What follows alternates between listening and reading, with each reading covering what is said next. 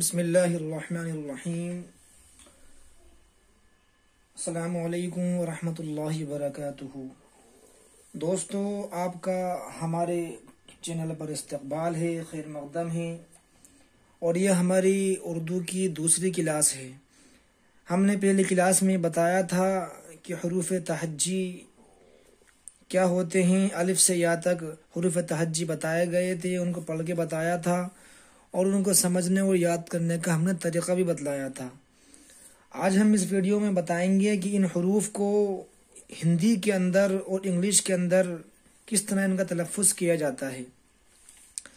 تو دیکھیے، سب سے پہلے جو الف ہے، ہندی میں اس کے تلفظ کے لیے اے آتا ہے انار والا، اور انگلش میں اے آتا ہے ایپل والا۔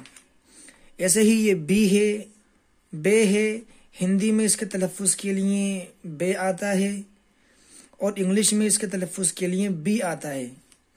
ایسے ہی یہ پے ہے، ہندی میں اس کے تلفظ کے لیے پے آتا ہے پتنگ والا، اور انگلش میں اس کے لیے پی آتا ہے۔ ایسے ہی یہ تے ہے، ہندی میں اس کے تلفظ کے لیے تے آتا ہے اور انگلش میں ٹی سے اس کی ادائیگی کرتے ہیں۔ ایسے ہی یہ ٹے ہے، ہندی میں اس کے تلفظ کے لیے ٹے آتا ہے، لیکن انگلش میں اس کے تلفظ کے لیے بھی ٹی ہی آتا ہے۔ ٹی تے کے تلفظ کو بھی ادا کرتا ہے اور ٹے کے تلفظ کو بھی ادا کرتا ہے۔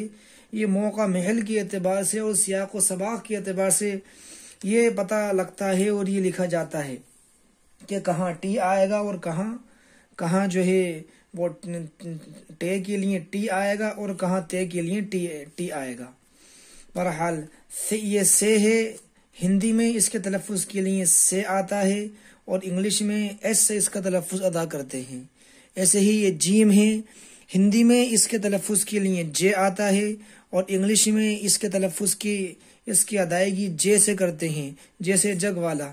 ایسے ہی یہ چے ہے، ہندی میں اس کے تلفظ کے لیے چے آتا ہے چمچ والا، اور انگلش میں سی اور ایچ سے اس کے تلفظ کی ادائیگی کرتے ہیں۔ ایسے ہی یہ ہا ہے، یہ ہے، ہندی میں اس کے تلفظ کے لیے ہے آتا ہے ہاتھی والا، اور انگلش میں ایچ سے اس کی ادائیگی کرتے ہیں۔ ایسے ہی یہ خے ہے، ہندی میں اس کے تلفظ کے لیے خے آتا ہے خرگوش والا، اور انگلش میں کے اور ایچ کو لکھ کر اس کے تلفظ کی ادائیگی کرتے ہیں۔ ایسے ہی یہ دال ہے، ہندی میں اس کے تلفظ کے لیے دے آتا ہے دودھ والا، اور انگلش میں اس کی ادائیگی کے لیے ڈی آتا ہے ڈاگ والا۔ ایسے ہی یہ ڈال ہے، ہندی میں اس کے تلفظ کے لیے ڈے آتا ہے ڈمرو والا، اور انگلش میں اس کی ادائیگی کے لیے ڈی آتا ہے ڈوگ والا۔ ایسے ہی یہ ذال ہے، ہندی میں اس کے تلفظ کے لیے جے آتا ہے، اور جے کے نیچے ایک نقطہ لگا دیں گے تو یہ زے ہو جائے گا۔ ایسے ہی انگلش میں اس کے تلفظ کے لیے زیڈ آتا ہے۔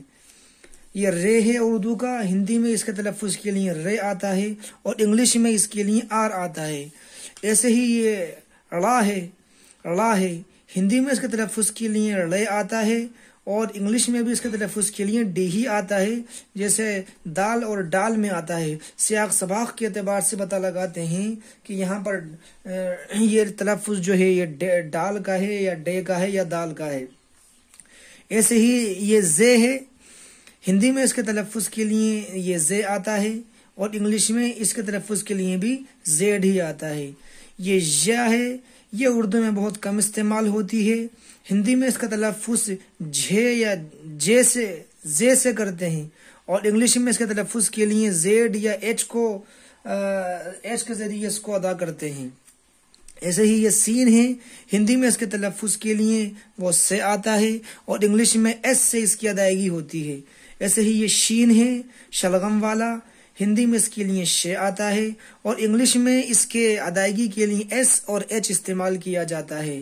ایسے یہ صاد ہے، ہندی میں اس کے تلفظ کے لیے سے آتا ہے اور انگلش میں اس کے تلفظ کے لیے ایس استعمال ہوتا ہے۔ ایسے یہ واد ہے، ہندی میں اس کے تلفظ کے لیے زے آتا ہے اور انگلش میں اس کے تلفظ کے لیے بھی زیڈ استعمال ہوتا ہے۔ ایسے ہی یہ تو ہے، ہندی میں اس کے تلفظ کے لیے تے آتا ہے اور انگلش میں اس کی ادائیگی ٹی سے کرتے ہیں۔ ایسے ہی یہ زوئے ہے، ہندی میں اس کی ادائیگی زے سے کرتے ہیں اور انگلش میں اس کے تلفظ کے لیے زیڈ آتا ہے۔ ایسے ہی یہ عین ہے، یہ اردو کا عین ہے، ہندی میں اس کی ادائیگی اے سے کرتے ہیں، اے انار والا، اور انگلش میں اس کی ادائیگی بھی الف سے کرتے ہیں، جیسے الف کی ادائیگی بھی ہم اے سے کرتے ہیں۔ ایسے ہی یہ غین ہے، ہندی میں اس کا تلفظ جو ہے وہ گے سے آتا ہے، گے گائے والا، اور اس کے نیچے ایک بندی آئے گی، یہ غے ہو جائے گا۔ ایسے ہی انگلش میں اس کی ادائیگی کے لیے جی اور ایچ آتا ہے، جی ایس سے اس کی ادائیگی کرتے ہیں۔ ایسے ہی یہ فے ہے، ہندی میں اس کی ادائیگی کے لیے یہ پھے آتا ہے، پھل والا، اور اس کے نیچے ایک نقطہ لگا دیں گے تو یہ فے ہو جائے گا۔ ایسے ہی انگلش میں اس کی ادائیگی کے لیے ایف آتا ہے۔ یہ قاف ہے، ہندی میں اس کی ادائیگی کے لیے کاف آتا ہے، کبوتر والا، اس کے نیچے ایک نقطہ لگا دیں گے تو اس سے قاف کا تلفظ ادا ہو جائے گا، یہ قاف ہے، اور انگلش میں اس کی ادائیگی کیو سے ہوتی ہے۔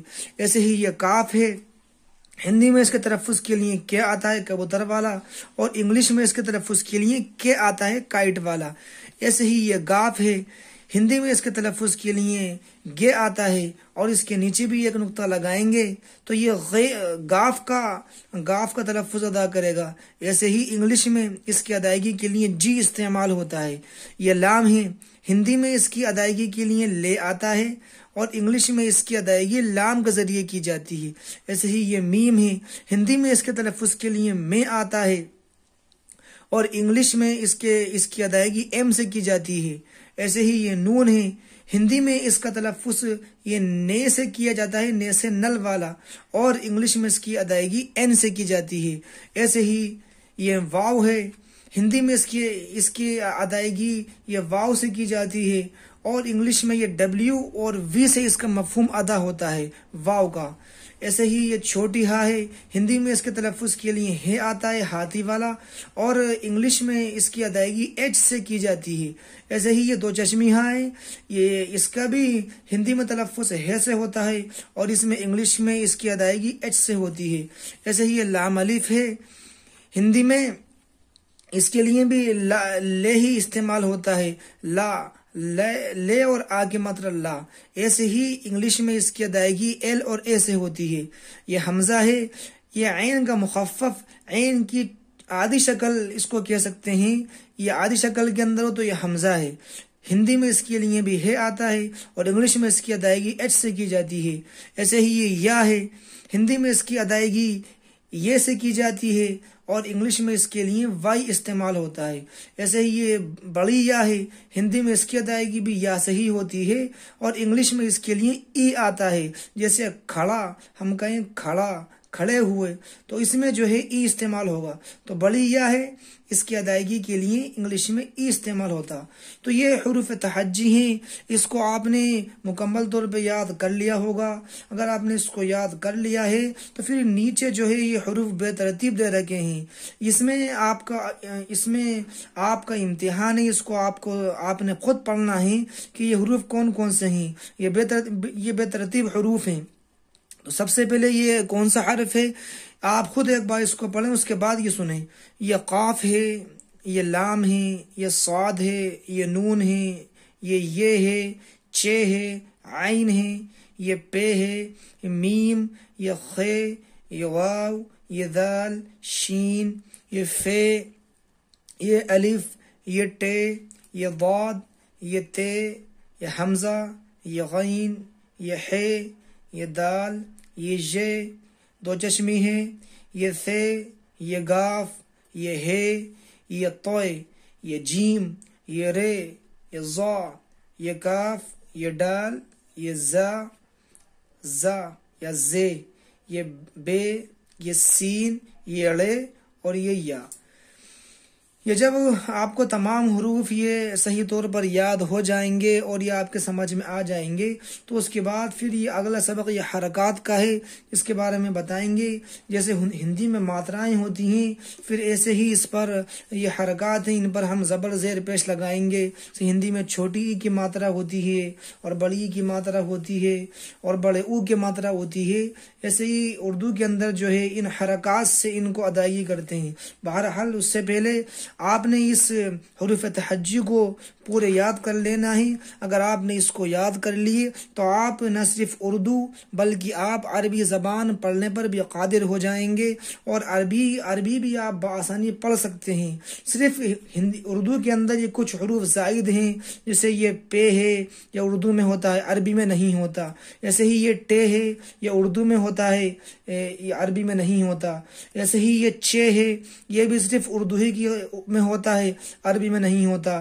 ایسے ہی یہ ڈال ہے اور یہ رے ہے، یہ جا ہے، یہ ایسے حروف ہیں جو صرف اردو کے اندر استعمال ہوتے ہیں، عربی میں استعمال نہیں ہوتے۔ لہذا اگر آپ نے ان حروف کو اگر آپ نے اچھے سے سمجھ لیا اور پڑھ لیا، تبھی جو ہے آگے کے اسباق آپ کے سمجھ میں آئیں گے، اور آپ اردو کے ساتھ ساتھ عربی بھی آرام سے بآسانی پڑھ سکتے ہیں اور سمجھ سکتے ہیں۔ اس ویڈیو میں اتنا ہی، انشاءاللہ اگلے ویڈیو میں ہم حرکات پڑھیں گے۔ تب کے لیے خدا حافظ۔